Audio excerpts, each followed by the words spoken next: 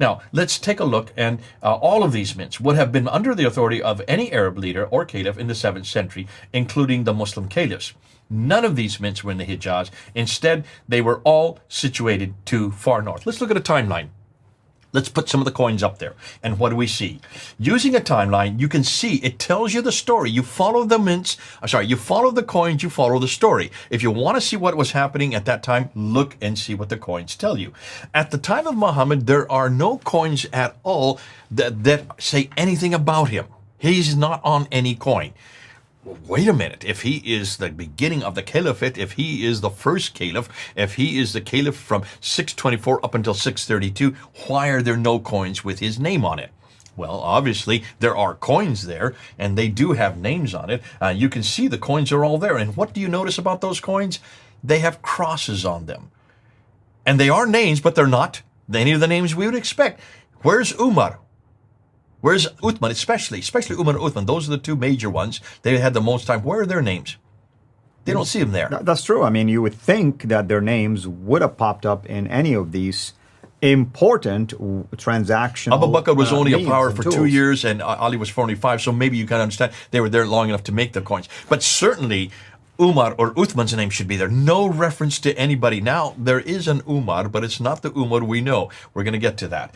So the Sassanid Empire ceases, yet the Arab coins are Christian up to 661. 661 is when then Muawiyah takes over, destroys Ali, according to what the traditions tell us, the standard Islamic narrative tell us. This is when the Umayyad Caliphate comes to power, and he mints coins. When he comes to power, look at the coins that he mints. Notice the coin has crosses on it again.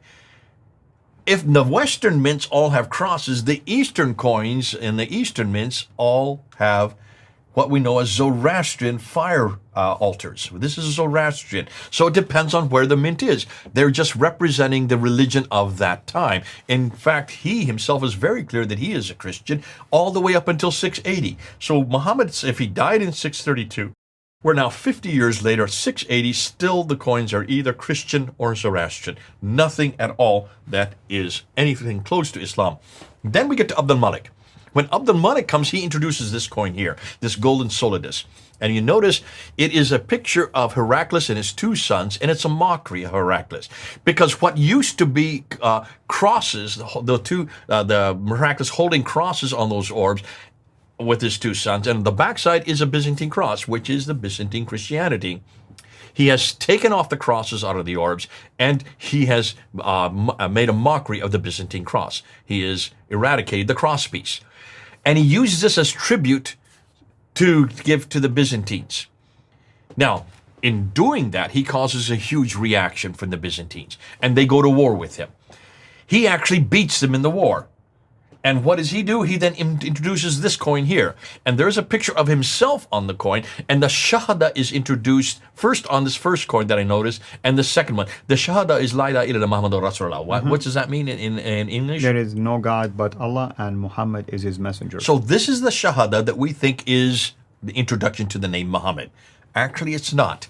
And the reason we know it's not, and we're going to see that when we get to the Dome of the Rock. Yeah, and some of the shahadas here are not really the official one, because the shahada, the official one, La ilaha illallah, here it says La ilaha illallah wahdahu.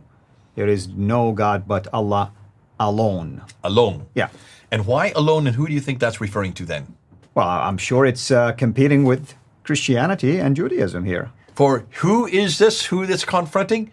The person it's confronting is actually Jesus. He is nothing more than the messenger. We're going to see that on the Dome of the Rock. But hold on to that until we get to that, because that was created at the same time these coins were introduced. So we're looking at two pieces of evidence, but we need to keep our time on that. So here you have him, and he puts his own image. That's Abd al-Malik holding the sword. So he's going to war. He wins the war, and this is his thumbing at the Byzantines. He's thumbing his nose at them and saying, I have won the war. But then he introduces this coin here. See this coin here? This is the most dynamic coin, because this one not only has the Shahada, it also has references to Surah 4, Ayah 171, and also to Surah 112, which then becomes, now when I say that, that's what the Quran, that's what those references are in the Quran today.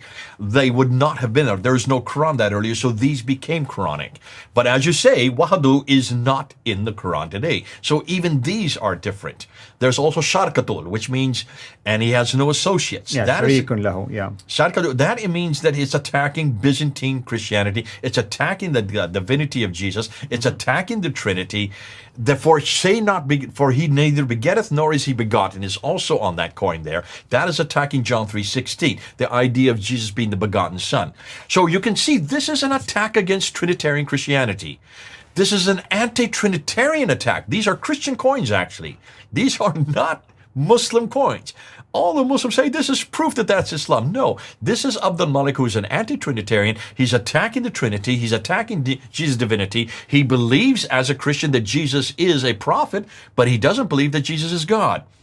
He believes there's only one God. That's why that's why there's such an emphasis on wahadu, that there is God and he is alone God. He's putting that emphasis there because he's attacking the Trinitarian formula. So the coins tell us exactly what's going on. What the coins are telling us, and let's just look at one more slide here. What the coins are telling us, that all the curly coins have a Christian identity. This is an internecine Christian attack. These coins are telling us that there is a debate that's happening between the Trinitarians and the anti-Trinitarians. These are all, first of all, Trinitarian coins. That's why you have the cross there on all of them. Right up through Muawiyah, he is a Trinitarian as well. It's Abdul Malik. Once you get to Abdul Malik, he introduces the anti-Trinitarian element. And he's attacking the divinity, he's attacking the Trinity, he's attacking the sonship of Jesus Christ. These make sense if you're anti-Trinitarian. That's why the coins expose exactly what's happening. He's even going to war and putting up his own image. And then finally he comes out and attacks the sonship against Jesus Christ. He puts it both in the gold solar disc and also in the silver coins. That, both the ones in Persian and the ones in Byzantine now are saying the same thing. From this time on, from 696 till today, all the images have been taken off. So images were there all the way up. Remember, you can't have images anywhere. What are they doing on Abdul Malik's coins? Well, Muawiyah has images. They all had images. Right. So that was something that was introduced by Abdul Malik. But it was introduced as an anti-Trinitarian, attacking the idolatry of Trinitarian Christianity and putting Jesus Christ's image. They take off all images and say, because that is idolatrous. The whole idea of idolatry was introduced by Abdul Malik. Look at the coins to see that. What are we going to talk about next time? The next time what we're going to do is we're going to go from the coins, we're going to go to the rock inscriptions, because the rock inscriptions say the same thing that the coins say. Wonderful. Thank you everyone for joining. Hopefully you are enjoying what we are sharing with you. Until next time, have a blessed day.